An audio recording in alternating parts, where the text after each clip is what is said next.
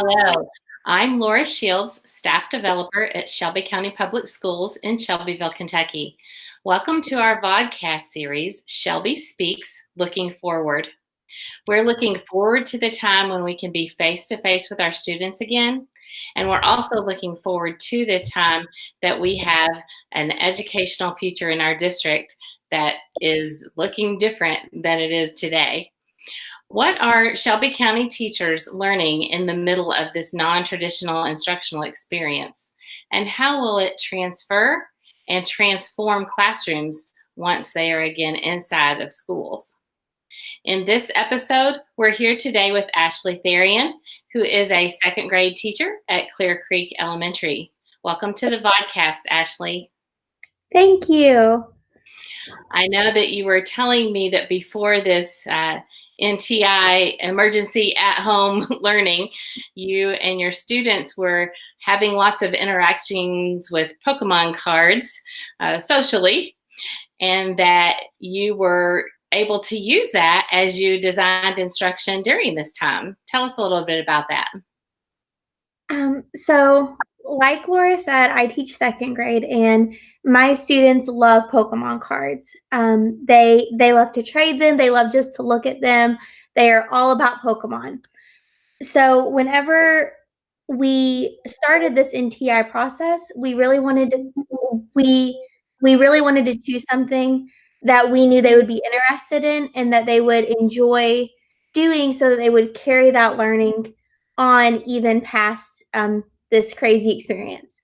So I started with this crazy idea of Pokemon, and then I had to think about how was I going to connect learning to that huge concept. So we sat down and we looked at the standards, and we found different places where we could make those connections.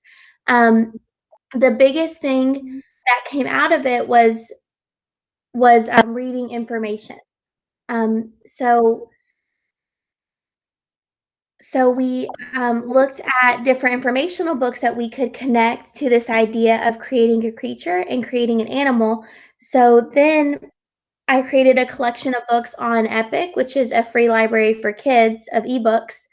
And then students would go in and they would research different animals and look at the different structures and functions on those animals. And then they would design a creature that was kind of like a combination of different animals. And then they had to write strengths and weaknesses of their creature based on those structures and functions. So it was all about trying to take something that they were already interested in, that they already loved, and working that into a really meaningful learning experience for them. Mm-hmm. And it sounds like you were really thinking about what kind of tools they would have available. So you were able to access Epic, and you were working, I think, with your instructional coach about this design. So that the challenge in finding the content was a piece of the challenge that you overcame pretty quickly, it sounds like. Absolutely. And then So it was great because we were able to work in art into it, which they love to work with different artistic tools.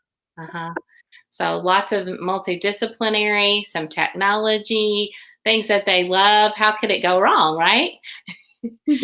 So when you think about going back into classroom face-to-face, may not have these students in the fall, but you have students in the fall. What has this experience, having to design based on those things, made you think about going back into the classroom? I think that the biggest thing has just been this challenge of trying to take things that they are already interested in, things they are already passionate about, and trying to build our learning around those natural interests and those natural motivations. While this time has certainly been challenging for all of us, I think that it's also been amazing in so many ways, because we've seen our students really engage with their work in a way that they just haven't had the same opportunities to in the classroom. It's given us the ability to be more flexible with some different things, and it's made it where we've had to think about how different resources work together and how we can really get the most bang for our buck whenever we are designing instructional activities.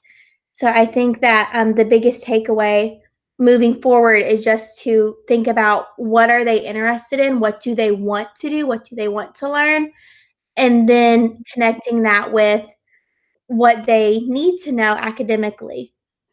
Mhm. Which is the whole idea behind PBL, right? So you're Mhm. really coming to that sweet spot of understanding how that all comes together. So if you had to go back in time and give advice to Miss Therrian 6 months ago, who was designing instruction, what advice would you give to your pre-NTI self? I think that one of the biggest things would definitely be to work more on being able to access and use technology, especially working as a primary teacher. Our students, oh, we work with technology a lot in my classroom, but we use the same sites a lot. And so through NTI, we found all of these amazing different resources, like the Cincinnati Zoo and Botanical Gardens. They've put out several different resources. The Kentucky Fish and Wildlife, they've put out a ton of stuff. And you can't just push those websites out to kids because they don't know how to navigate it. And so I would really spend a lot more time helping them understand how to navigate through resources and helping them understand how to think through things and how to organize their thoughts and apply their learning instead of just trying to show them how to do a specific thing within a website.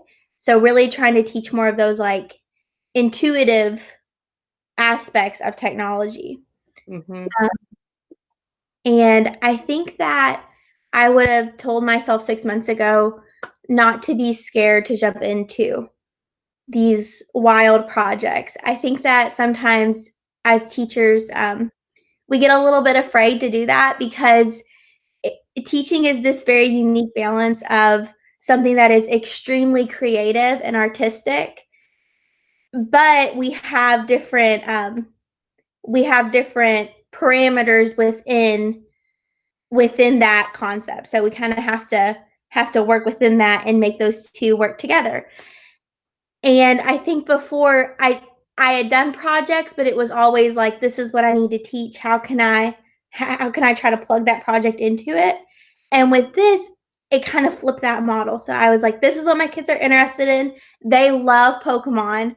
How can I try to help them discover these different concepts through that medium, through that thing that they already love? How can I help them see that what they need to learn is evident in real life, and that what they need to learn is stuff that will help them in their life and things that they're interested in.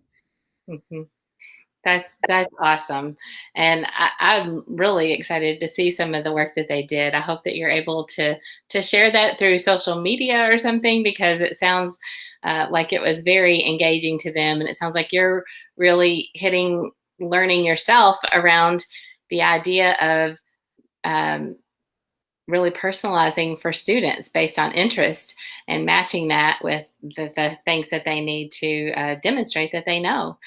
So thanks a lot, Ashley, for sharing that with us. I think that'll be very helpful for a lot of people to hear your reflections on that. So thanks for being with us today in the podcast. Thank you. Be sure to check out our Shelby Speaks Looking Forward playlist on our Shelby County Public School YouTube channel for more vodcast episodes. Thanks for watching.